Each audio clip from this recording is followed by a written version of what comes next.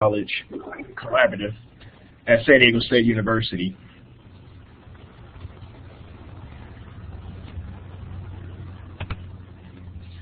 So I'd like to start by introducing our agenda for the day.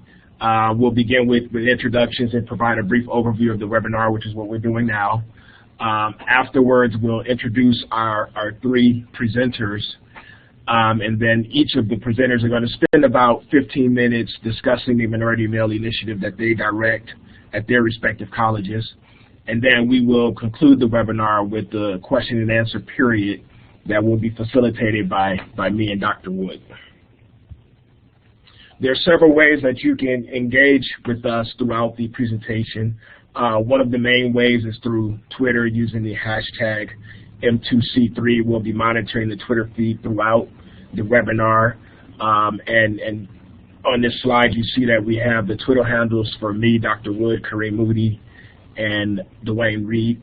And if you'd like to be in touch with Felicia, you can email her, and we'll also be emailing the M2C3 email account, which is at the bottom of this slide. And without going further, I'd like to begin by introducing our three presenters.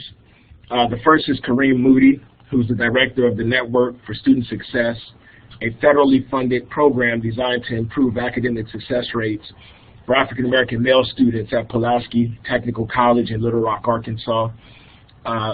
In the past, Kareem has also been the director of the Youth Initiative Project, a City of Little Rock, Arkansas funded gang intervention program.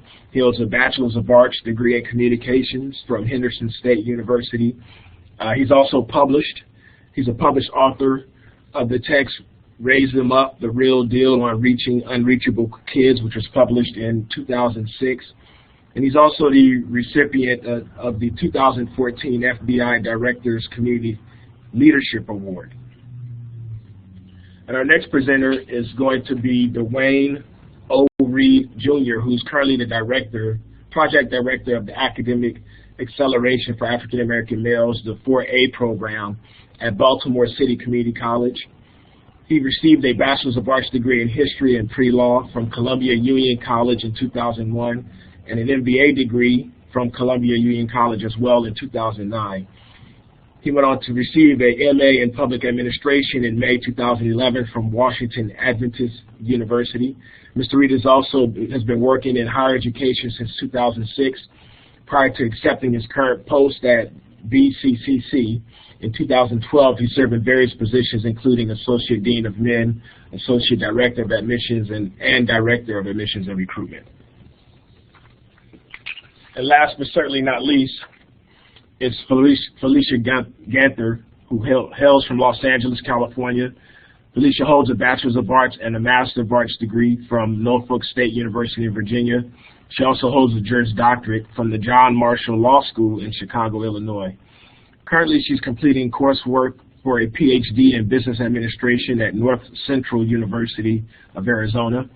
Felicia has previously served in various capacities at both the university and community college levels, most recently as the Executive Director for Student Life at the College of Lake County in Illinois. In addition to her work in student affairs, Felicia has also served as an adjunct instructor for speech, interpersonal, and group communication courses. She's also served as a certified mediator for the Center for Conflict Resolution in Chicago. And we're very pleased and fortunate to have these three esteemed colleagues join us in presenting this webinar. And at this time now, I'd like to turn it over to my colleague, Dr. Wood, who's going to tell you a little bit about M2C3, talk a little bit about successful attributes of minority male initiatives based on the research that we've done. And then from there, we'll transition to Kareem, who's going to get us started by talking about the program he runs at Pulaski Technical College.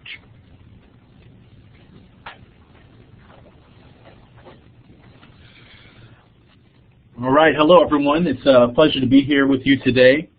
My name is Luke Wood, and with Frank Harris, we co-direct the Minority Male Community College Collaborative, M2C3, at San Diego State University. And the collaborative partners with community colleges around the country to support their efforts in enhancing outcomes for historically underrepresented and underserved men, with a focus on men of color. And we do this through a number of avenues. Primarily, this is done through institutional level needs assessments that we conduct on campuses. One such tool that we use to do that is the Community College Survey of Men. And we also have other inventories.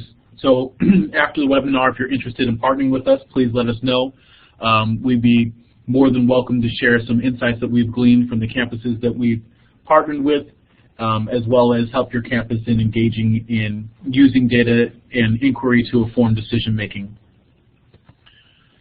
As part of our work, we have looked at successful minority male initiatives or male of color initiatives, and there have been several that have been really strong in terms of what we've seen in terms of their production. And so what we wanted to do is kind of highlight some of the things that we've seen that have been successful for these, key attributes for these successful initiatives.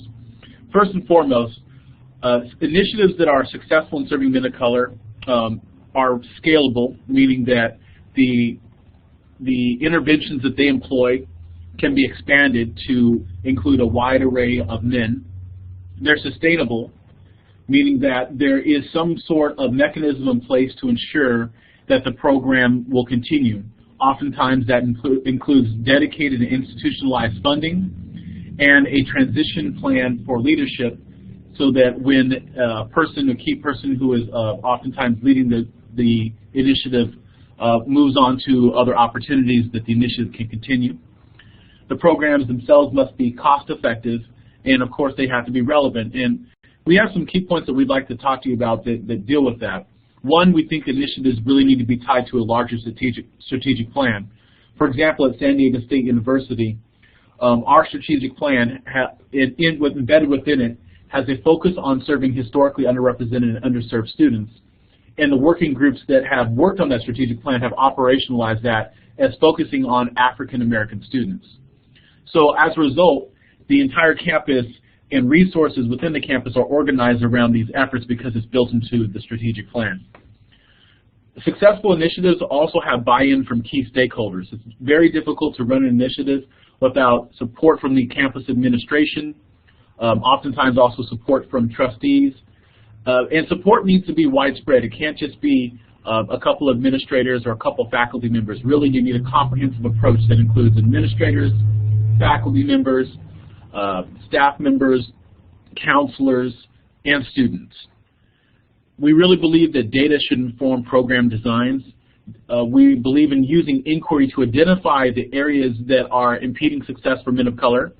That includes factors relevant to the students themselves as well as relevant to the institution. We believe firmly in analyzing and examining institutional climates, messages that faculty and staff give to students, and the structure of resources on campus to ensure that whatever those barriers are for students, that the campus is working on remediating those barriers. We also believe in using inquiry and data to inform the continuation of program design. So using outcomes-based assessment to identify outcomes that aren't necessarily being reached, and then modifying the program design and moving forward. We believe that a key point of intervention must be both the students as well as the faculty and staff. A lot of programs will focus on just serving students, but what you'll see is with the programs that we've collectively brought to you, there's also a focus on identifying how faculty and staff members can better serve men of color, and then engaging with them in conversations on how to do that. We also believe that successful initiatives recognize that men of color have both race and they have gender, meaning that there's a need to recognize men and their masculinities. For example, one of the things that we do in our instrument is we measure men's perceptions of help seeking and whether they believe that seeking out help makes them weak. We know that men who respond to our instrument indicating that they are apprehensive to seek out help are less likely to use campus services, less likely to meet with faculty member, go to academic advising, go to tutoring. And so we believe that there's an important element that must be recognized, that these are men and that there's certain aspects related to their identities that have to be taken into account in the program model. And finally, we'd also like to highlight there's an importance to recognize that men of color are not one monolithic group. They are very different. They have different backgrounds in terms of ethnicity, in terms of culture, in terms of class, in terms of experience and prior levels of education. And as a result, program designs should be attentive to the differences within these groups and use that to inform their models in moving forward. So based upon that foundation, we'd like to go ahead and move forward and turn it over now to one of our first presenters, and this will be Kareem Moody from Pulaski Technical College.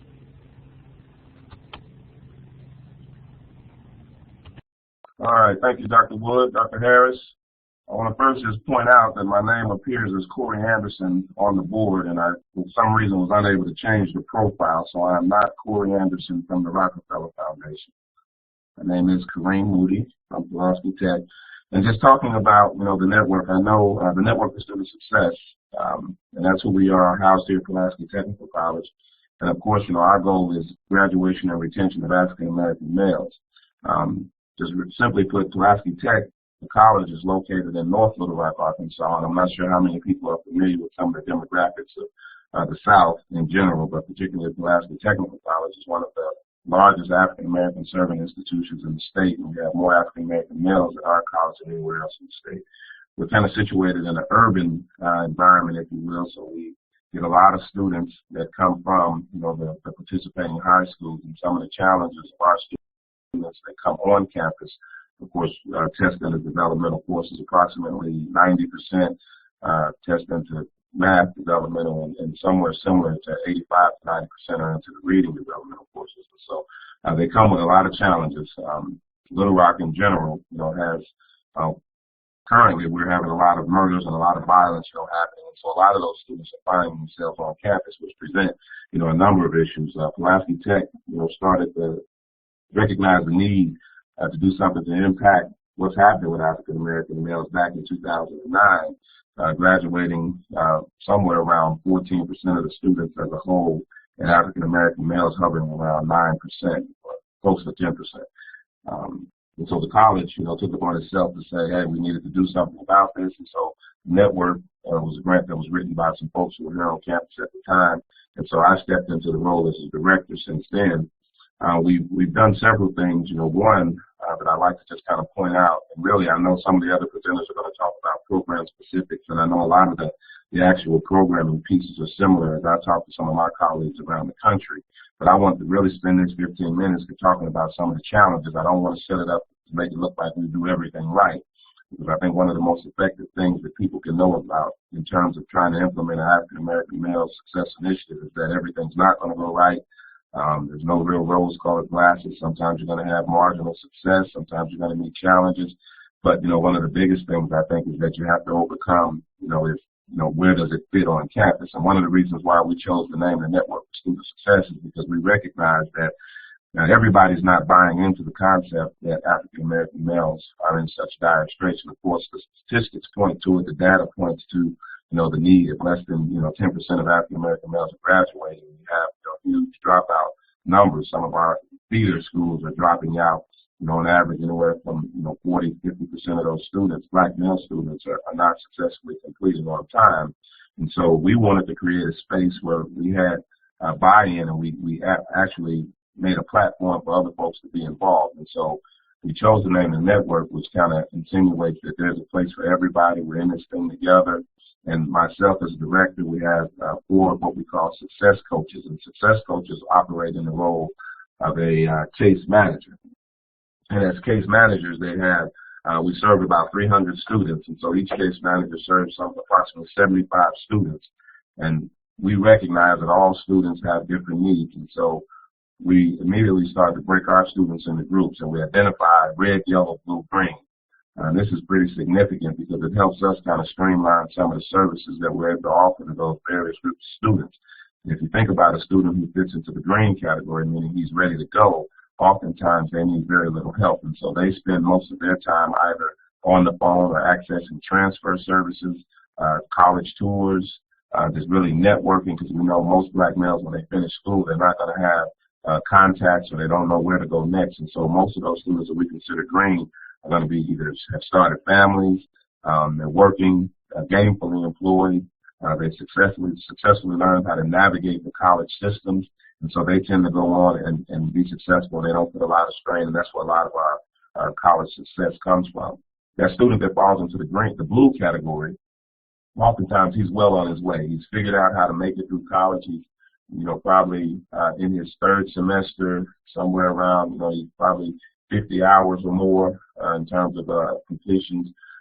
He's, doing the things right. He doesn't necessarily participate in some of the negative or non-success issues on campus, and so he's on track. Yellow students, is probably where we spend the majority of the time. That's going to be your traditional college student, and in many cases, it's the student who comes from that red category, and he's managed to stay on campus. He's starting to figure out some things. He's been here for a couple semesters. He's probably got, somewhere in the neighborhood of 20 hours, probably 15 to 20 hours have been completed. And he tends to go to class. He's learned how to make it in spite of extenuating circumstances. But the red student is the student that gets all the attention. Oftentimes, this is the unsuccessful student. In my opinion, and one of the things that we look at is that when students come to us in the red status, they're the ones who probably receive the cold shoulder, if you will. Just a quick note, I was talking to a student yesterday that I consider red. He has 10 felonies.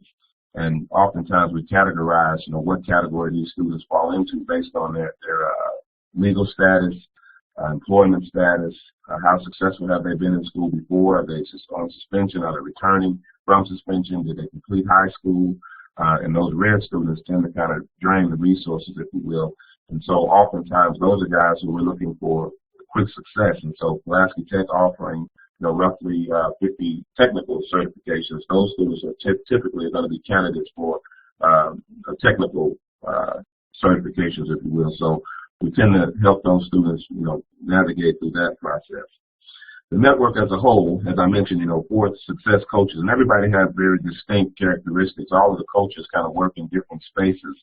And one of the big things that we try to do is build those relationships on campus so we can help students just navigate through the campus resources and play on our relationships. So as we create a culture, one of accountability, but also, one where students feel that success is expected, we want them to have a safe space. So we have an office where students can come and have honest conversations about some of the challenges that they're having.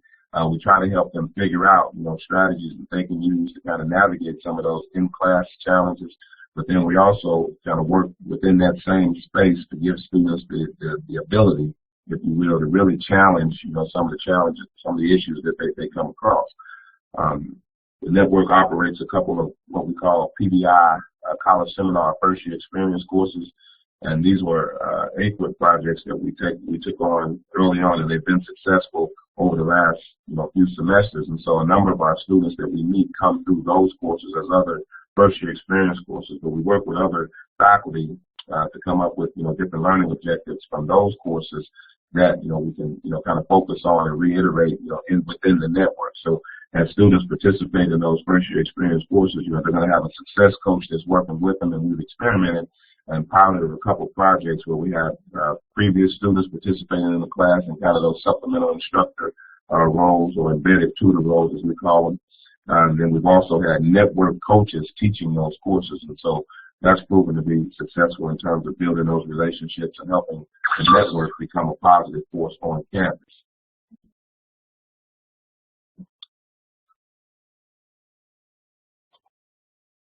Let me move through and just kind of put a couple of these slides here for you. Now, as I talk about some of the programs, and again, I mentioned that, I'll breeze through these, because some of the programs on campus, we have what we call models of success, where we give students a chance to meet and come across other people in the community. So we bring successful, primarily black males on campus for students to interact with, to meet, to hear their stories, and hopefully inspire them to want to stay on campus. And we work with the student life department to have, Freestyle Friday, which is poetry and music and some of those things, so that they can get a sense of belonging. And we really do try to work to foster that sense of mattering on campus, where you can see those students in a positive light.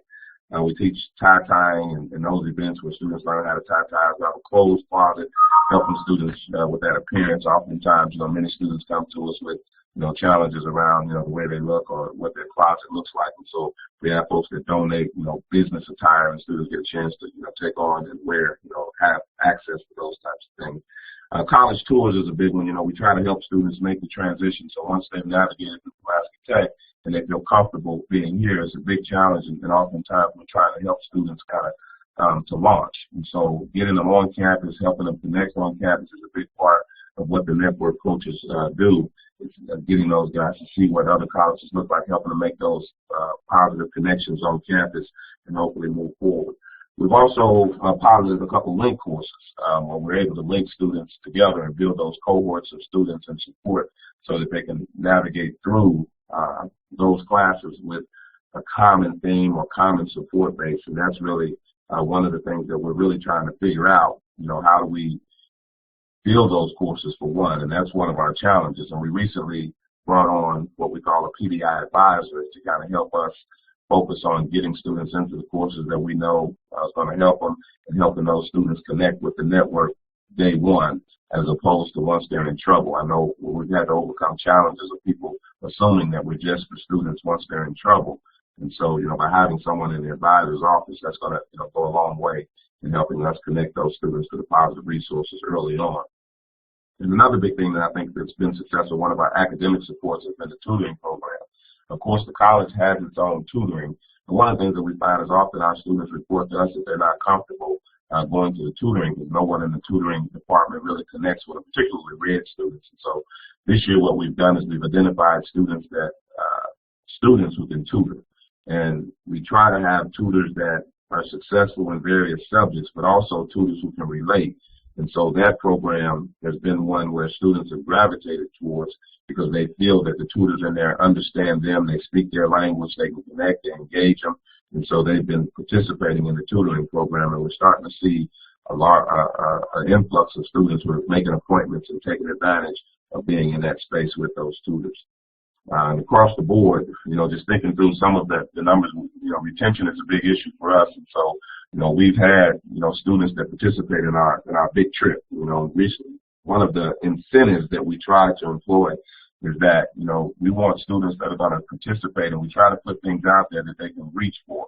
So students who are in their third semester are eligible to take a trip, and we travel to New York and D.C. every year. And all of the students that have gone on that trip have successfully completed. As a result of going through, and on average, we're retaining about 30% of those students from semester to semester. And so we feel that, when we're able to build those connections on campus, we create that sense of mattering, we create a space where students can have their questions answered, we build relationships with instructors. Because another big issue, I think, is that in a two-year college, oftentimes the instructors don't see successful black males. They don't get a chance to really build relationships with successful black males. And I think that's one of the roles that we feel as success coaches is that we're also role models and examples for the staff. And a big part of it is faculty and staff have a chance to come to us and get questions answered. They have a chance to voice frustrations that they might have with students, and we can help explain things. I think that for other folks who are going forward with, success initiatives, I think those are some of the things that you need to be thinking about early on, is that black males do need a space on campus where they can be open and honest about the challenges that they face, and they do need people that are going to be able to understand and connect with them. Oftentimes, most people will look at students and see that he's dressed a certain way or he looks a certain way. And if you don't have a common sense of understanding, or if you can't relate to some of those challenges, then that student's going to be turned off. And so I think it's important to have people that are culturally competent in those positions and in that space so that they can help those students foster a sense of belonging at your college. But then I know the doctors mentioned, there's that key stakeholder, key administrative buy-in. And before my time is up, I really want to stress that for us, not only have we had, just a very supportive administration, but, as it trickles down to other folks around campus, it really does kind of come down to one-on-one, or what I call hand-to-hand combat, relationship building from office to office, to where you really do have to help people overcome any prejudices they might have in regards to an initiative like this, or just with, young black males, because all the media points to the negative. And so we have to find ways for people to start to see the other pieces of it. And so we have a debate team that gives you a chance to see black males in a positive light. We sponsor chess programs where you can see black men thinking on a regular basis. We have what we call community conversations where people can come to the room and have discussions around issues that we face. We do award ceremonies and other success-focused initiatives. We have 3 career coaches that are in local high schools that also feed students to us, and so we do activities on those campuses and help bridge the gap. We're currently running our Summer Bridge program where students are on campus for 5 weeks, taking the first-year experience course and getting acclimated to college, and all of those students come to us through those career coaches in the high school, which is also proved to be another positive relationship where we get students connected and plugged into the network. So I think that's my time, so I'm going to pass that back over to you, Dr. Wood. Thank you, Kareem. And should also note that we will have a recorded archive of the entire webinar available on our website if there's certain parts that you may have missed. I know some of you had to join late. So we'll have the recording archive available not long after the webinar. And I'd like to, at this time, turn it over to Dwayne Reed, who's going to talk about the 4A program at Baltimore City Community College. Greetings, everyone. I just want to start by thanking Dr. Wood and Dr. Harris for the opportunity to be with you all here today. The 4A program at Baltimore City Community College stands for Academic Acceleration for African American Males. And this program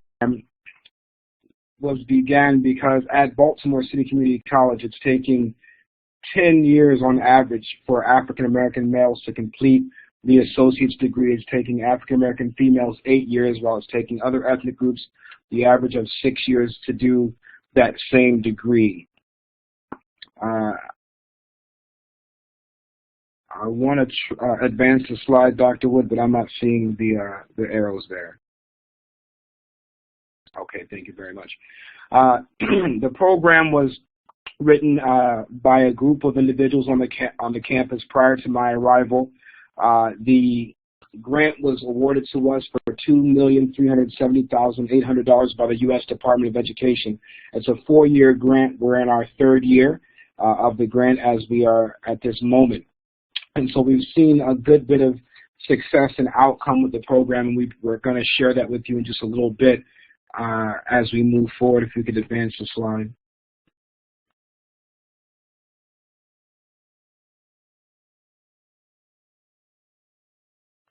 I want to talk to you a bit about the program design. Like Mr. Moody said earlier, there's a lot of things that we have in common. I heard him speaking about tutoring. I heard him speaking about the rap sessions or the community conversations.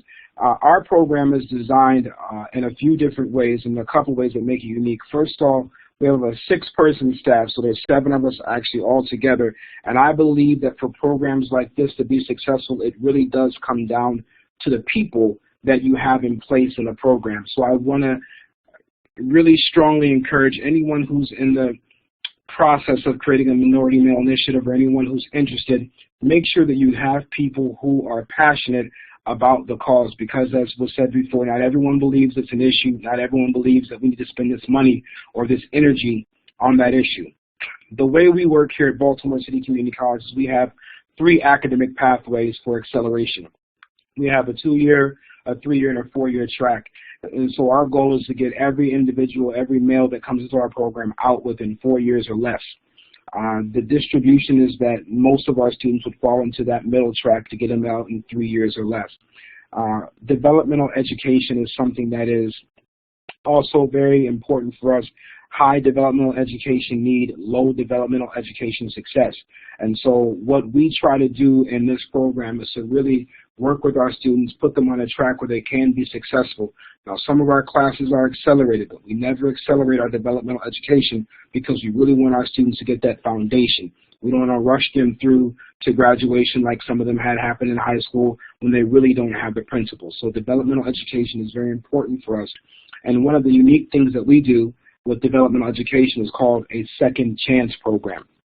The second chance program allows those students who fall into the D area in the developmental courses only. Their faculty would identify these students to us, and we would allow them to take a second chance program for 3 weeks or 4 weeks over the summer or at the end of the semester that allows them to retake the assessments that they did not pass throughout their term.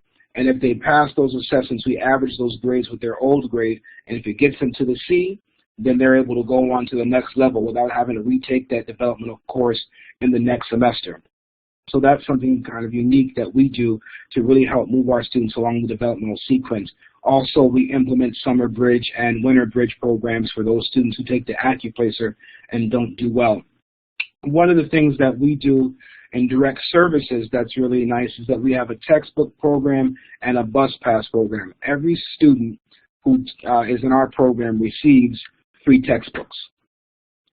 Every student in our program who qualifies or who applies has an opportunity to have a free bus pass, and we usually give about 40 students per month a bus pass free of charge to them to help them get to and from the college, because we have a great public transportation system here, and we want to mitigate the ability or the lack of ability for students who cannot get here because they don't have their own automobiles or they simply don't have money for a bus pass. And it is that deep for our students.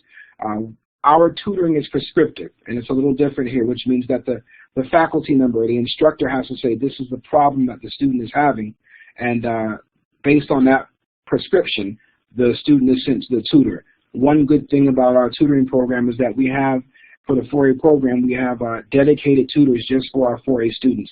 So it's never about not having an appointment. It's never about not being able to get into the center. We have those tutors for those students. We do college visits, among many other things, as far as our direct services are concerned. I want to spend a little bit of time on our special programming. And our special programming is based on enrichment, modeling, accountability, and responsibility. We want the students to take responsibility for themselves, but also for their community. So the first thing we do is we try to enrich the whole person. We don't just focus on the academics, although we are a comprehensive academic support program. But we try to enrich the whole person. So we have student success specialists, case managers, that work on the non-cognitive and the career focus, and we have an intrusive advisor who advises all 75 to 85 of our students, and he doesn't just sit there and wait for them to come. He reaches out, he goes to get them, he brings them in, he makes sure they check in and check out at the beginning of each semester, at the end of each semester. He makes sure they have those intermittent check-ins to see how they're doing. The same goes with our case managers or our student success specialists. They're doing this as well. So those individuals, along with our grant coordinator, determine what workshops would help the students based on the conversations they have with the students and how we would enrich them. And so we do some of them as, interview skills, and some is resume, and some is public speaking, and some is how to start your own business, and some are based on your writing, and some are based on being able to make presentations, and others are tying the tie and doing things like that. And so we really try to enrich the whole person through our workshops, and we have about 3 of those per month.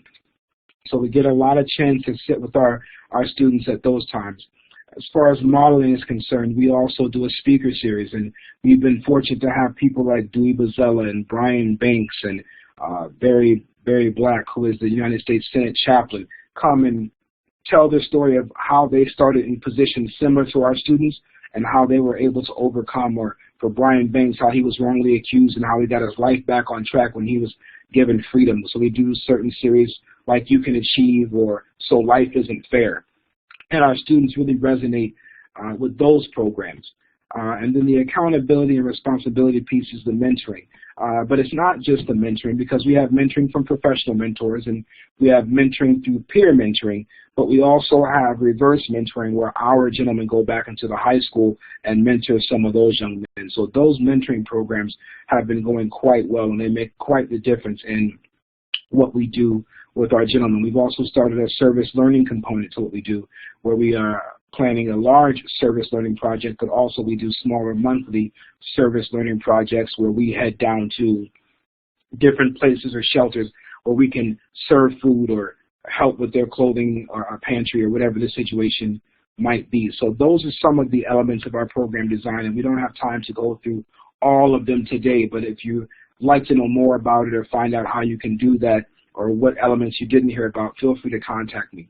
Assessment is so very important. and I know that everyone knows that assessment is important.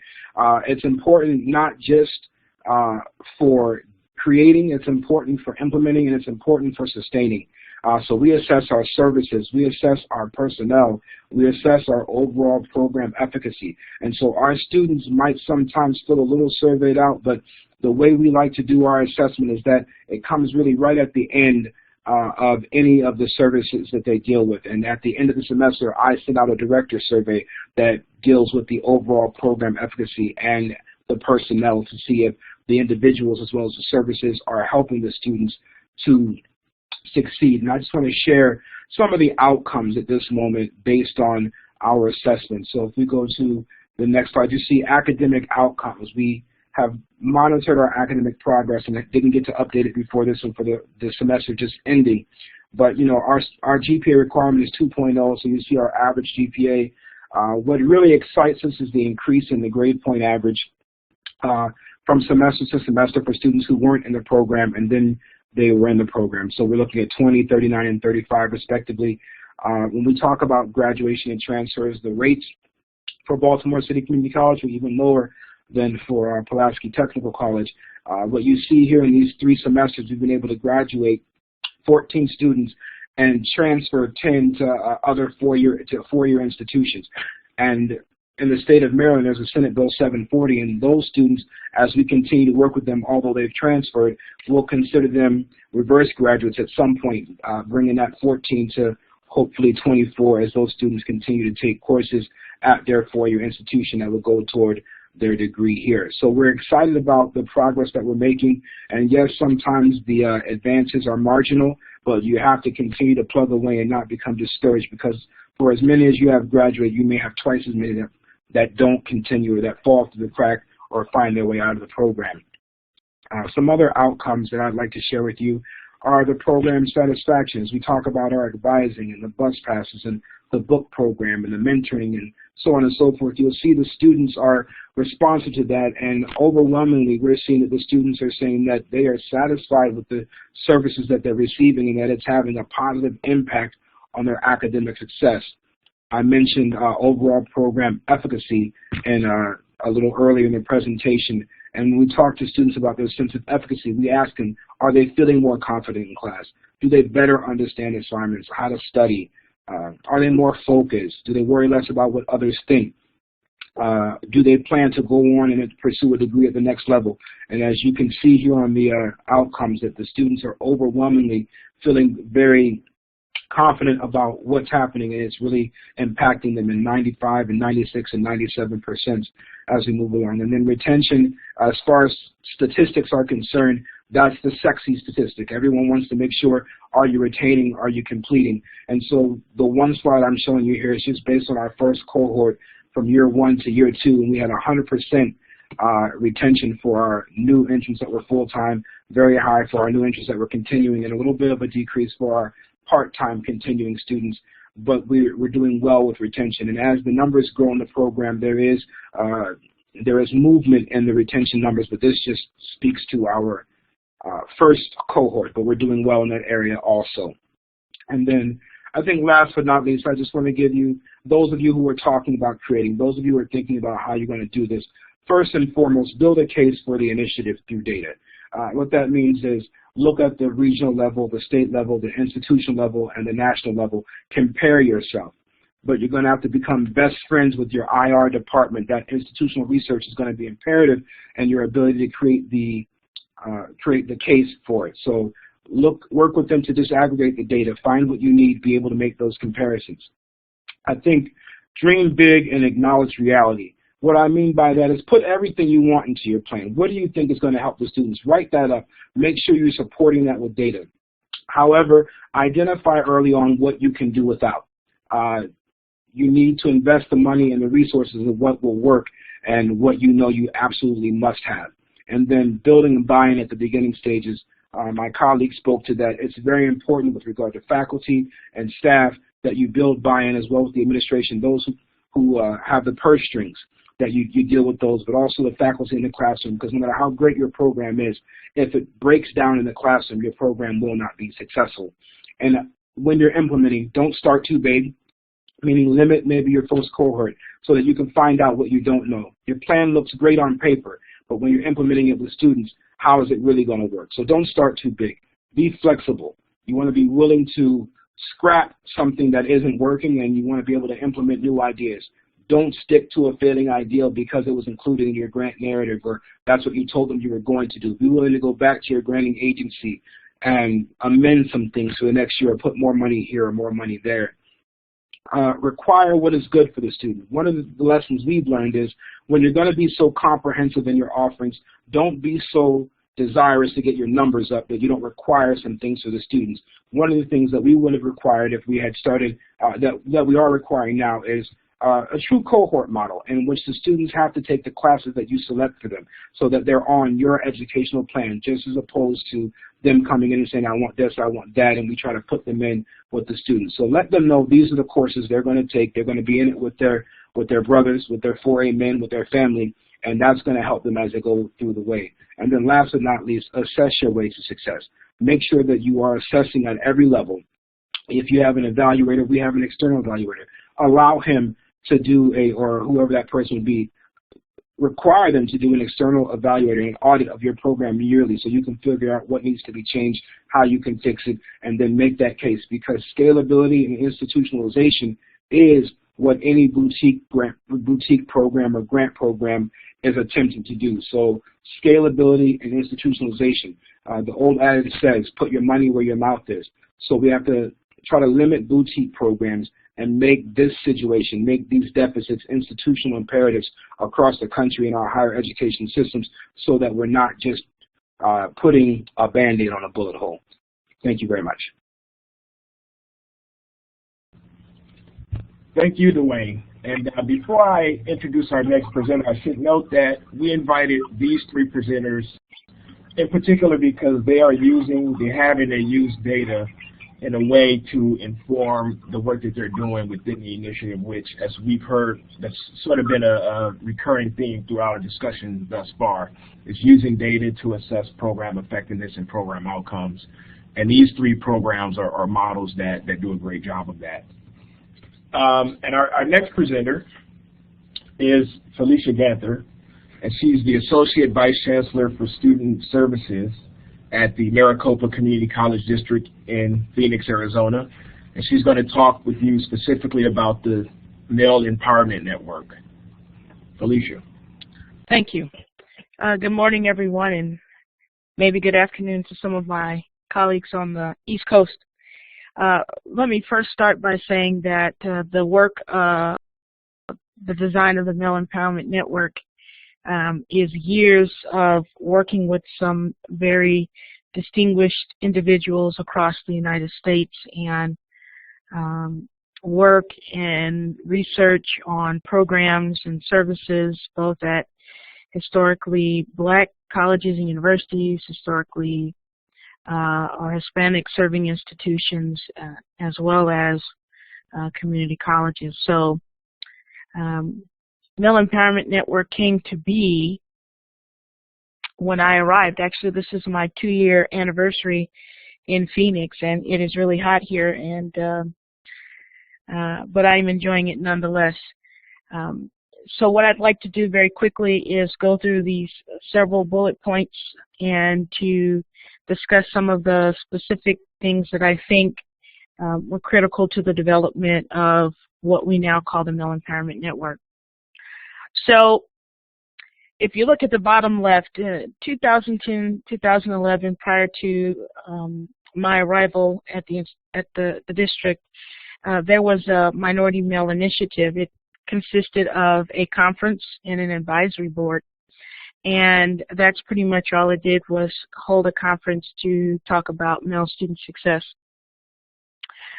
What I, along with my district director of student affairs, Dr. Ray Ostos, we brought the advisory board together, and we also recruited students from across our district to sit down with us for a day-long retreat to talk about what are the needs across the district, and how can we do something different and more innovative with this project.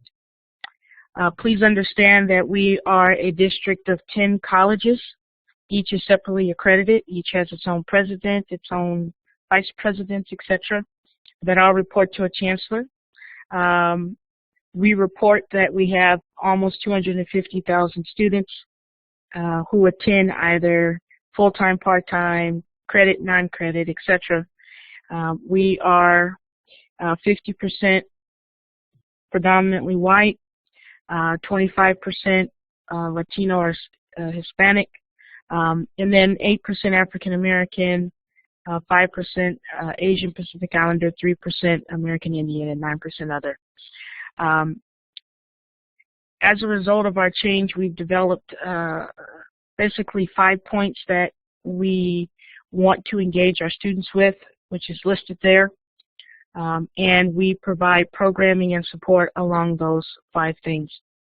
What we have done in the previous, in 2013, is condense that to 3 standards, which is connect, commit, complete. And that is the motto that students use when they are speaking, when they're talking, when we're presenting, when we're explaining to students what the MIN network does and how we reach out to students. We have a commitment piece, and we have about 260 students, male students, who have committed, and they are active, and they have tenets that they must follow each year in their chapters. And then recently in January we had an additional 114 that joined and also committed. I will say that we probably service over 1,000 students, 1,000 male students throughout the year with our various initiatives and programs because we're not interested in necessarily making them be a part of the organization, but we do ask them to participate in programs and services that they feel are necessary for their success. So here's the reason why we're doing what we're doing. You know, from our data, we have a lot of young male students who are interested in transferring on to get a bachelor's degree. They're also interested in degree completion. But the challenge is almost all of them are first-generation students. They have little to no college exposure. And for our district, they had the highest attrition rate. So what we tried to do was to develop 3 paths. The first path is the student-led organization, which is our MIN chapters. All of our campuses have MIN chapters. They're led by student officers. We have a student officer training. It operates very similar to a fraternal organization or a student club. But that particular piece is very critical to developing the brotherhood and the sense of belonging that they may not find anywhere else on campus. They are responsible for hosting events and programs, 50% social and 50% academic in nature. Then we have campus-directed programs. In our initial development of the MIN program, we wanted to make sure that the Vice President of Student Affairs and the Vice President of Academic Affairs, both of them signed on and committed to providing support to this initiative. So it is the responsibility of those 2 entities to make sure that they're providing enrollment assistance, advising assistance, academic workshops, and mentoring opportunities on their campus for these students. And we do not tell them how to do it. What we do is we meet regularly. We meet every month with our campus advisor teams, and we talk about the projects that they're planning and how they're going to implement it, and then we strategize as a team to help to make sure that it has some level of consistency. Then we have district-wide initiatives. These are initiatives that are planned from out of my office here at the district. We have sustained the annual men's conference. We send students to national leadership conferences, which is a very big plus for our students. We do academic boot camps. We do those prior to the beginning of each semester. And we also do a summer leadership retreat. and that is specifically to help the students to develop what they're going to do in their student-led organizations, and also what they would like to see either from the campus or from the district. The next major component is community collaboration, which is critical. It's critical because we do not have residence halls. And so when our students leave our campuses, they're going back to the community that they know. And so what we have attempted to do is to work with community organizations, fraternal organizations, churches, any businesses, any workforce development agencies, any community foundations, major corporations in our service area to provide certain things for our students. And as mentioned earlier, professional clothing is a very big thing. We do require our young men to dress up for certain events and activities, and to wear blue ties, which is our thing, blue, at events and when we're going out places. So we received a substantial amount of donations from the corporate community as it relates to that.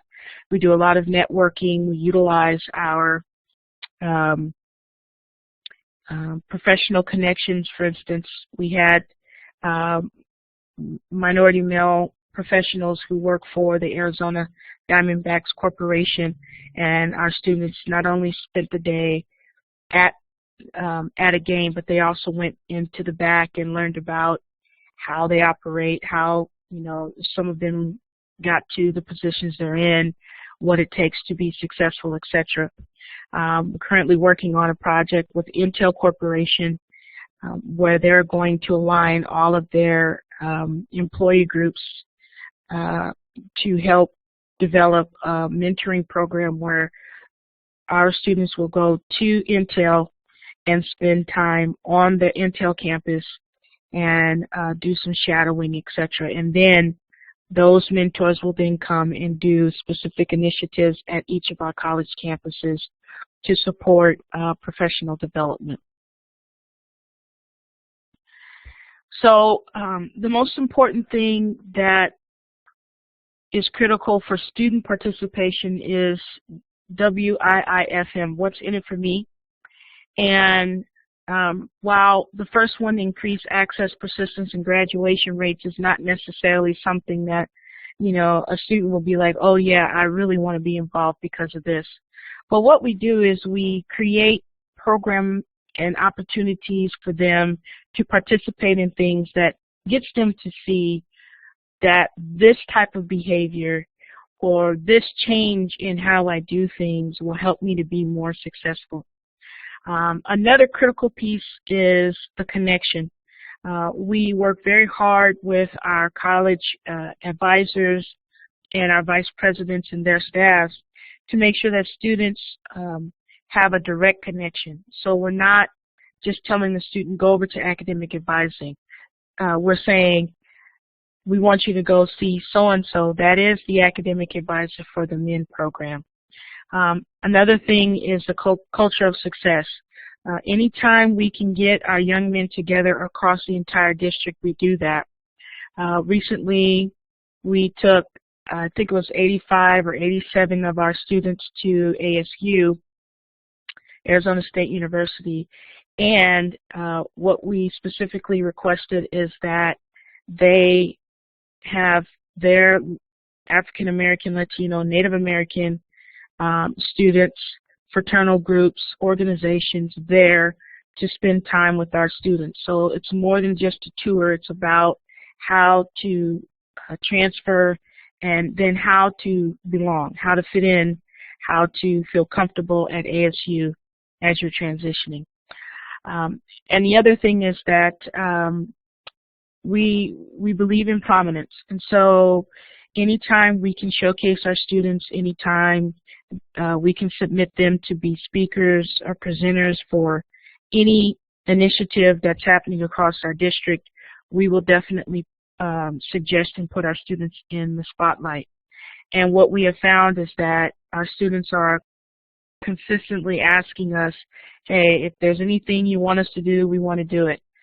We had an opportunity with the Arizona Jazz Festival, and so we had 17 of our students were able to go, not only participate in the concert, but also to be a part of promoting the Maricopa Community College District. So those are the opportunities that we do in order to help with that. What we are attempting to do, I don't know if any of you are familiar with change management, but there are different stages in how you change and move things to where you want them to be. And so in this first year of change, we were really interested in creating awareness and creating desire. Those are very important things because as you're building or developing a project, that is the most important piece before you lay any other foundation. People need to be aware of it, and people need to have the desire to want to participate or support. Now we're moving to the knowledge and ability. Knowledge and ability deals with focusing on changing those behaviors, working to improve academic success, developing the ability to understand how to transition from the 2-year to the 4-year, those types of things, career development, etc. Those are the types of the initiatives that we're moving to. We're also moving to more focus on how can we provide more development for faculty and staff who are working with minority males. And so I know Don's on this one, and he's probably going to kill me, but I believe it's September. We're hosting a dialogue day, and that is for faculty and staff across the district, and Dr. Wood is going to be one of our special guests for that. We're also moving into parental and spouse support. What we found is that after our induction ceremony, we had an influx of families that were interested in knowing what we were doing. They were very impressed with the program. They were impressed with the fact that we took the time to do very specific and intentional activities with their sons, and they wanted to be involved as well. So we are creating a parental spouse support piece that will mirror the information and the messaging that we send out to our students. So what I'd like to say, I think my time is almost up. What I'd like to say is, one, start with a concept. The concept, do not solely rely on staff and faculty to develop or to craft what you are trying to put in place for minority male students. Do not do that. Make sure that you have students, and the number of students should either be equal to or more than the number of staff and faculty that you have involved in the development of the concept. The second thing is get executive buy-in, very important. Tie it to your strategic plan, tie it to attrition rates. What I've done is I've taken the attrition rates and turned it into how much money we lose just in losing those students. And surprisingly, we have a significant percentage of minority male students who are full-time. So if they drop out, that's a considerable amount of money that we are losing. Securing funding. We were very creative in how we secured funding. We do not have grants. We do not have specific line items. What we did was we approached the institutions and asked each of the institutions to pay for certain parts of the program so that we could then make sure that we were able to do the initiatives in the first year. Now that we've had such great success in the first year, we have sent requests to our chancellor, who has provided additional funding for us to do bigger and more sustainable initiatives.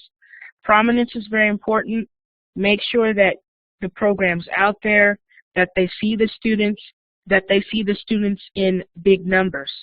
Oftentimes, working with other colleges and communities dealing with underprepared or underserved students it's very small. Your program has 10, 15, 25 students.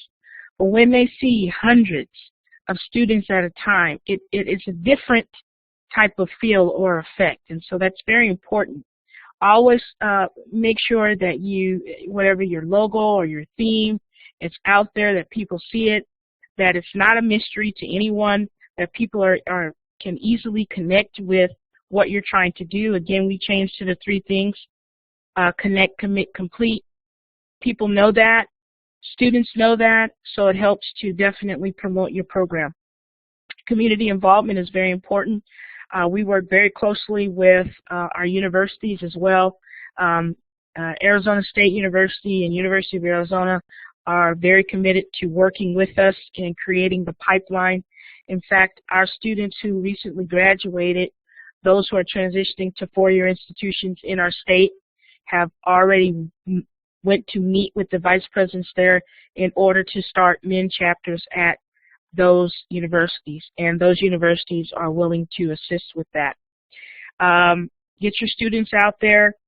You know, maybe you don't go to every conference that you want to go to. You send a student to another conference. There are a lot of conferences that they can participate in, but it gets them to see that this is a bigger issue. It's not just an issue in their neighborhood, but that they are a part of making a difference, and they come back really excited about doing what they can to help other young men to get involved and to be involved. The last thing I want to say is create a calendar. We calendar out the initiatives. Each of the chapters, they sponsor certain initiatives. We try to make sure that it's 50% academic and 50% social cultural. And so that creates a good balance of initiatives and activities that supports the success of our students. Thank you.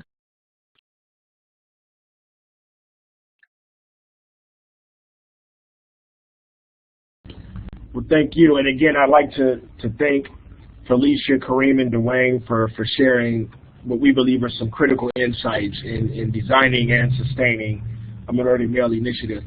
I'd also like to point out that each of them, in one way or another, touched upon all of the key attributes of successful initiatives that we began the webinar with. So if you're listening to the recording, make sure you get a chance to revisit those and think about how they may come into play if you're designing, at the beginning of designing an initiative, or if you have one and you're looking to enhance it in one way or another. I'd also like to think it's important for us to acknowledge 3 partners who aren't presenters on the webinar, but are also doing some important work. And that's Christopher Douglas at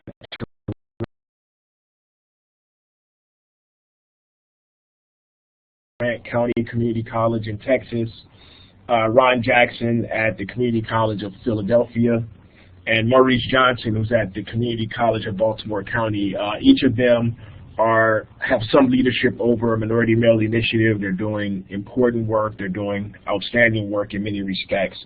So those are 3 programs that you may consider revisiting as well. And then at this time, we're going to transition into the Q&A portion of the webinar for those who still have time to stay on.